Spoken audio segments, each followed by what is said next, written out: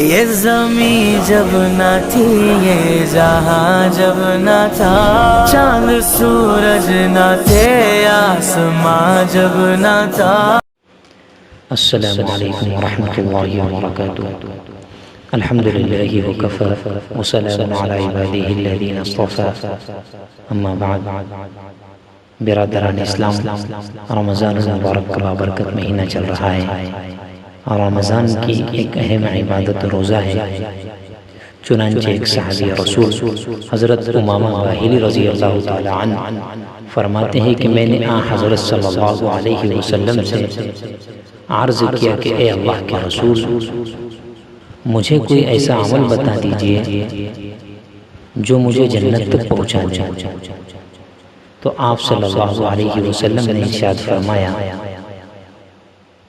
علیک بالصوم فإنہ لا عدل لہ، تم روزے رکھا کرو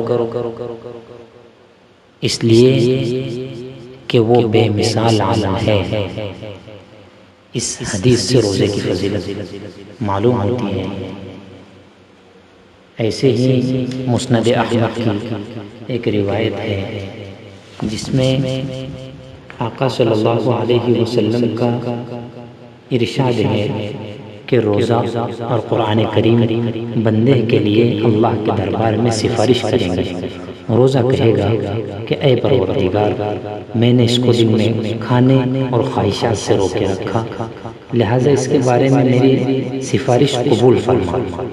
اور قرآن کہے گا کہ اے پروردگار، میں نے اسے رات کو سونے سے روکے رکھا، لہٰذا اس کے بارے میں میری سفارش قبول فرما۔ چنانچہ ان دونوں کی سفارشیں قبول کی جائیں گی۔ ان دونوں احادیث سے روزے کی فضیلت معلوم ہوتی ہے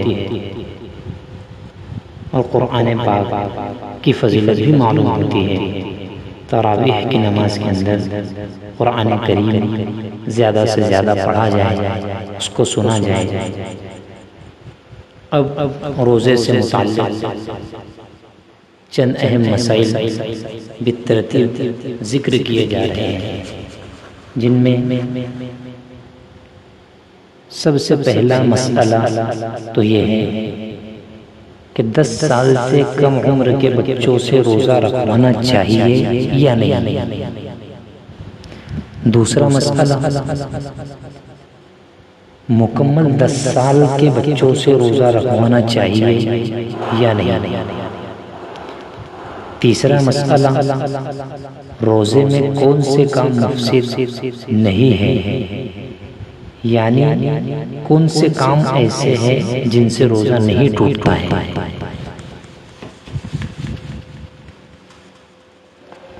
تو مسئلہ اس بارے میں یہ ہے کہ 10 سال سے کم عمر کے بچوں سے روزہ رکھوانا چاہیے یا نہیں۔ تو اس میں تفصیل یہ ہے کہ 10 سال سے کم عمر بچہ اگر ایسا صحت مند ہو کہ روزہ رکھنے سے اس کو کوئی مشقت نہ ہو، تکلیف نہ ہو، تو ایسے بچے سے روزہ رکھوانے میں کوئی حرج نہیں۔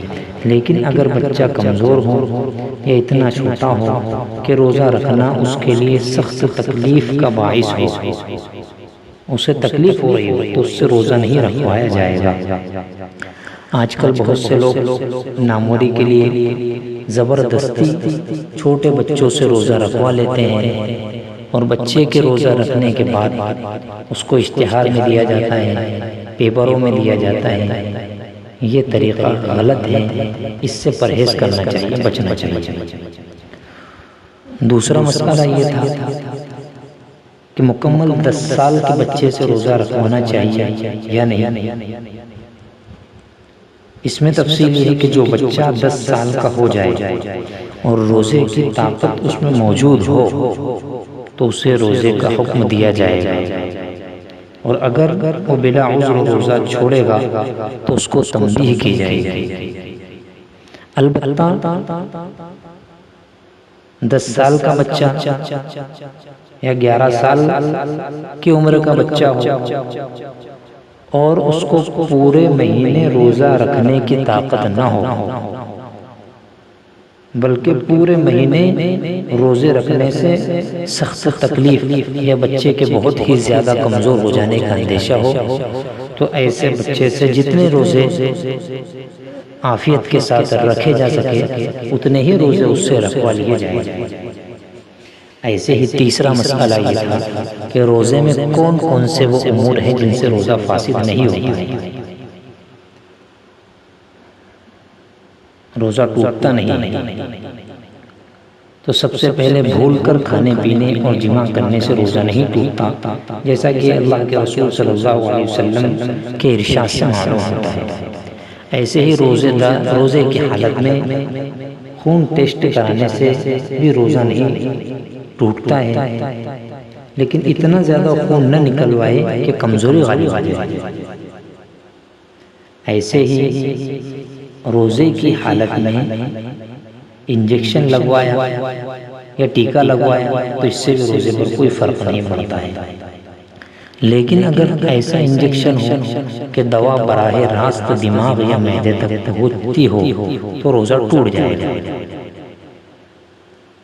ایسے ہی ایک مسئلہ یہ ہے کہ روزے کی حالت میں گلوکوز چڑھوانے سے روزہ نہیں ٹوٹتا، یعنی سلائن چڑھوانے سے بھی روزہ نہیں ٹوٹتا، کیونکہ دوا براہ راست دماغ یا معدے تک نہیں پہنچتی ہے بلکہ رگوں کے واسطے سے جاتی ہے، نسوں کے راستے سے جاتی ہے۔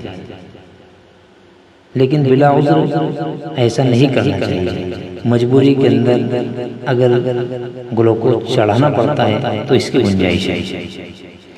ایسے ہی روزے کی حالت میں روزہ دار سویا ہوا تھا اور اس کی حلق میں مکھی چلی گئی یا مچھر چلا گیا بلا اختیار، تو ان کے حلق میں چلے جانے کی وجہ سے بھی روزہ فاسد نہیں ہوتا۔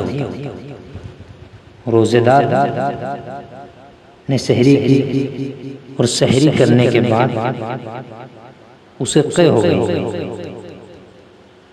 لیکن یہ قے خود بخود ہوئی، تو خود بخود قے آ جانے سے بھی روزے میں کوئی خرابی نہیں آتی ہے، اگرچہ منہ بھر کر کیوں نہ ہو، یعنی منہ بھر کر بھی اگر الٹی سے ہو جاتی ہے، روزے دار کو ہو جاتی ہے تو بھی روزہ فاسد نہیں ہوتا۔